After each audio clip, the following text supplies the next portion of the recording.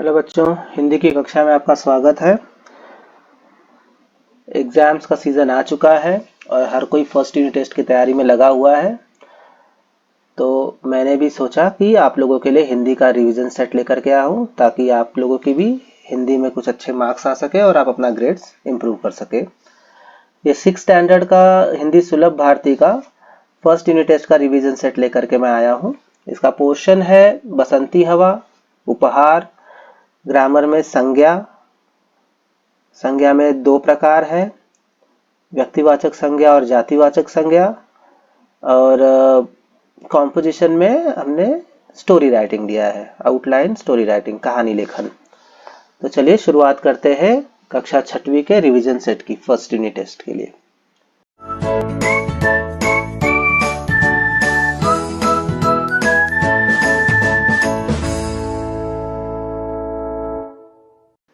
तो ये जो कृति आधारित क्वेश्चन पेपर बनता है, इसमें हमें पैसेज दिया गया होता है या स्टेंजा दिया गया होता है जिस पर कि कृति आधारित प्रश्न पूछे गए होते हैं और उन कृति आधारित प्रश्नों के उत्तर हमें 19 स्टेंजा या पैसेज में से ढूंढ करके लिखने होते हैं। यहाँ पर भी कुछ प्रश्न पूछे गए हैं, जैसा कि आप लोग देख सकते हैं। पहला प्रश्न है 4 लय युक्त शब्द दो। यहाँ पर पोयम में से 4 लय युक्त अर्थात राइमिंग वर्ड्स को ढूंढ करके हमें लिखना है। तो इन शब्दों की मीनिंग्स हमें जानना बहुत जरूरी रहता है। अगर हम उसके मीनिंग्स ही नहीं समझ पाएंगे तो हम उसके आंसर्स भी नहीं लिख पाएंगे। फिर अगला प्रश्न है हवा इन पेड़ों पर चढ़ी। तो जो आकृति पूर्ण करो वाले जो डायग्राम होते हैं उन्हें हमें सेम डायग्राम आंसर पेपर में भी ड्रॉ करना होता है। और डायग्राम ड्रॉ करने का जो नियम है वो बोर्ड एसएससी बोर्ड के हिसाब से है कि हमें पेन से ही ड्रॉ करना है।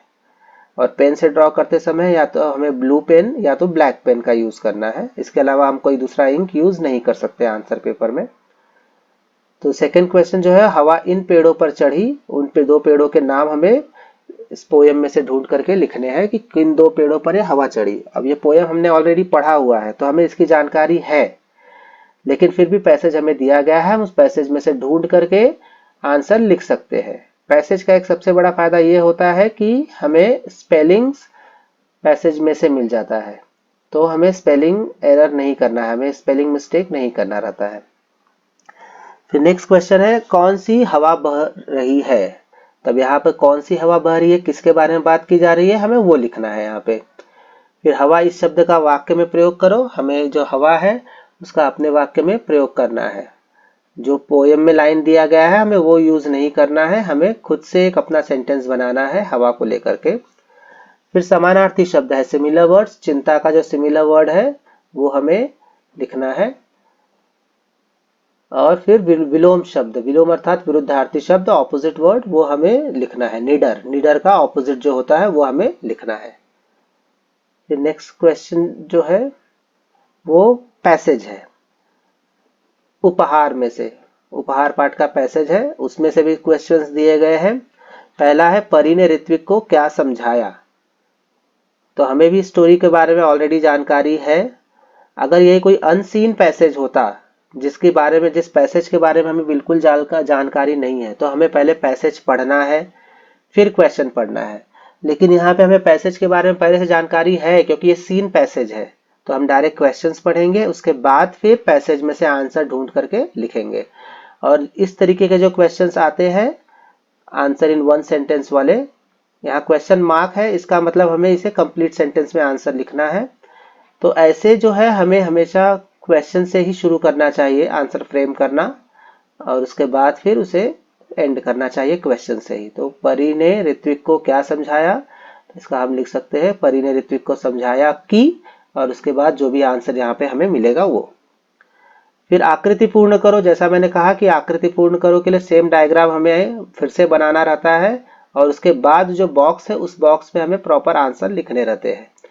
तो यहाँ पर 2 बॉक्स बने हुए हैं, मतलब 2 आंसर है, इसके 2 पार्ट में आंसर है।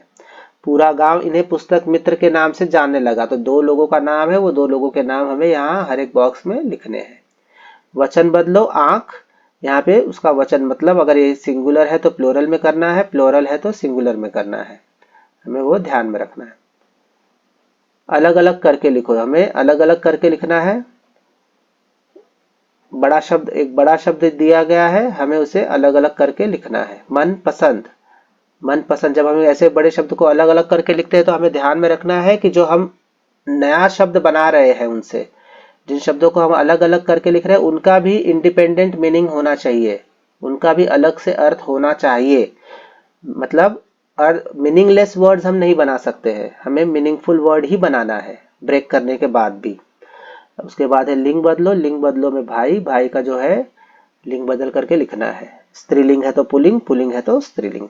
स्वमत, स्वमत अर्थात पर्सनल रिस्पॉन्स क्वेश्चन, बड़े होकर तुम क्या बनना चाहते हो, इस पर 4 वाक्य लिखो। तो ये अपने मन से हमें लिखना है कि हमारे इससे बारे में क्या सोच है।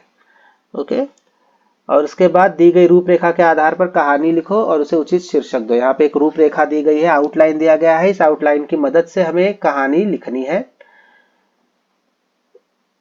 स्टोरी राइटिंग के बारे में अगर और जानकारी आप लेना चाहते हैं तो मेरे चैनल पे ऑलरेडी कहानी लेखन किस तरीके से लिखे, किस तरह के उसमें अच्छे से अच्छे मार्क्स हम स्कोर कर सकते हैं, उसके बारे में मैंने एक अलग से सेपरेट वीडियो बनाया है।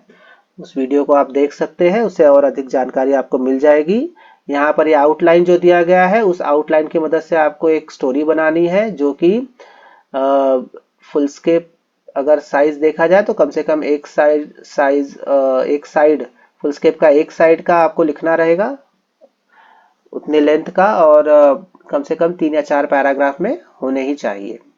यहाँ पर जो है स्टोरी है वो एक कुत्ता भूखा, एक रोटी मिलना, आराम से बैठकर खाने की इच्छा, नदी किनारे चलना, नदी में अपनी परछाई देखना, उसे दूसरा कुत्ता समझना, भौंकते हुए उस पर झपटना, रोटी पानी में गिर जाना, अपनी रोटी खो बैठना, सीख। तो ये आउटलाइन दिया गया है, इससे आपको एक प्रॉपर पूरी स्टोरी बनानी है।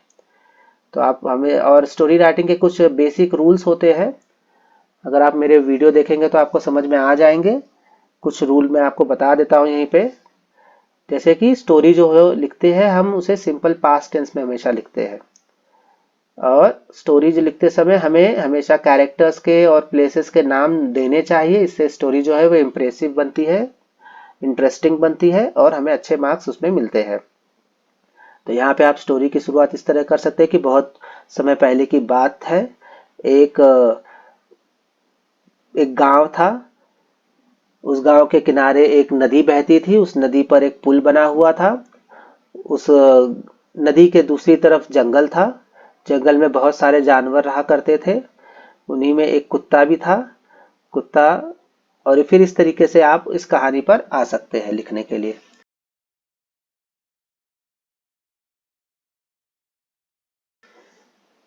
तो आइए अब इसके आंसर्स हम देख लेते हैं।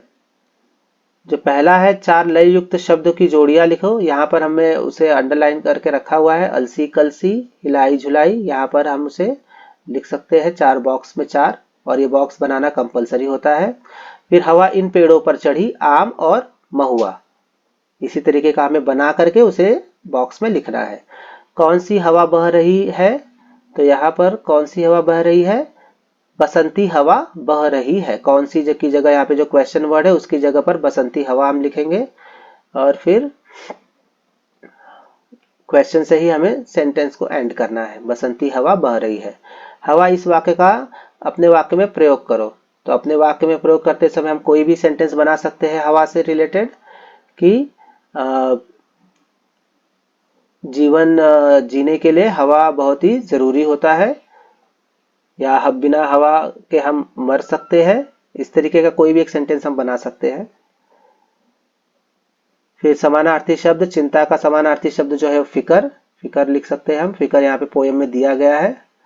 फिर दूसरा है निडर, विरुद्धार्थी शब्द निडर का डर। उसके बाद पैसेज देख लेते हैं। तो पूरा गांव इन्हें पुस्तक, परी ने ऋत्विक को क्या समझाया, उसका आंसर यहाँ पर है कि परी ने ऋत्विक को समझाया कि ईमानदार व्यक्ति के जीवन में किसी वस्तु की कमी नहीं होती, अब तुम्हें मनचाही वस्तु मिलेगी। यहाँ तक उसका पूरा आंसर आएगा। सेंटेंस फ्रेम करते समय हमें यहीं से शुरू करना है, क्वेश्चन से शुरू करना है। फिर आकृति पूर्ण करो में यहाँ पर पूरा गांव इन्हें पुस्तक मित्र के नाम से जानने लगा, ऋत्विक और कृतिका। वचन बदलो में आंख का आंखें, और आंखें लिखते समय हमें ध्यान में रखना है, बहुत कॉमन मिस्टेक होती है कि हम ये डॉट लगाना भूल जाते हैं। डॉट न लगाना स्पेलिंग एरर के में माना जाता है, इसके लिए आंखें में डॉट यहाँ आता है। अलग अलग करके लिखो। मन पसंद का मैंने पहले ही बताया, 2 मीनिंगफुल वर्ड होने चाहिए, मन और पसंद।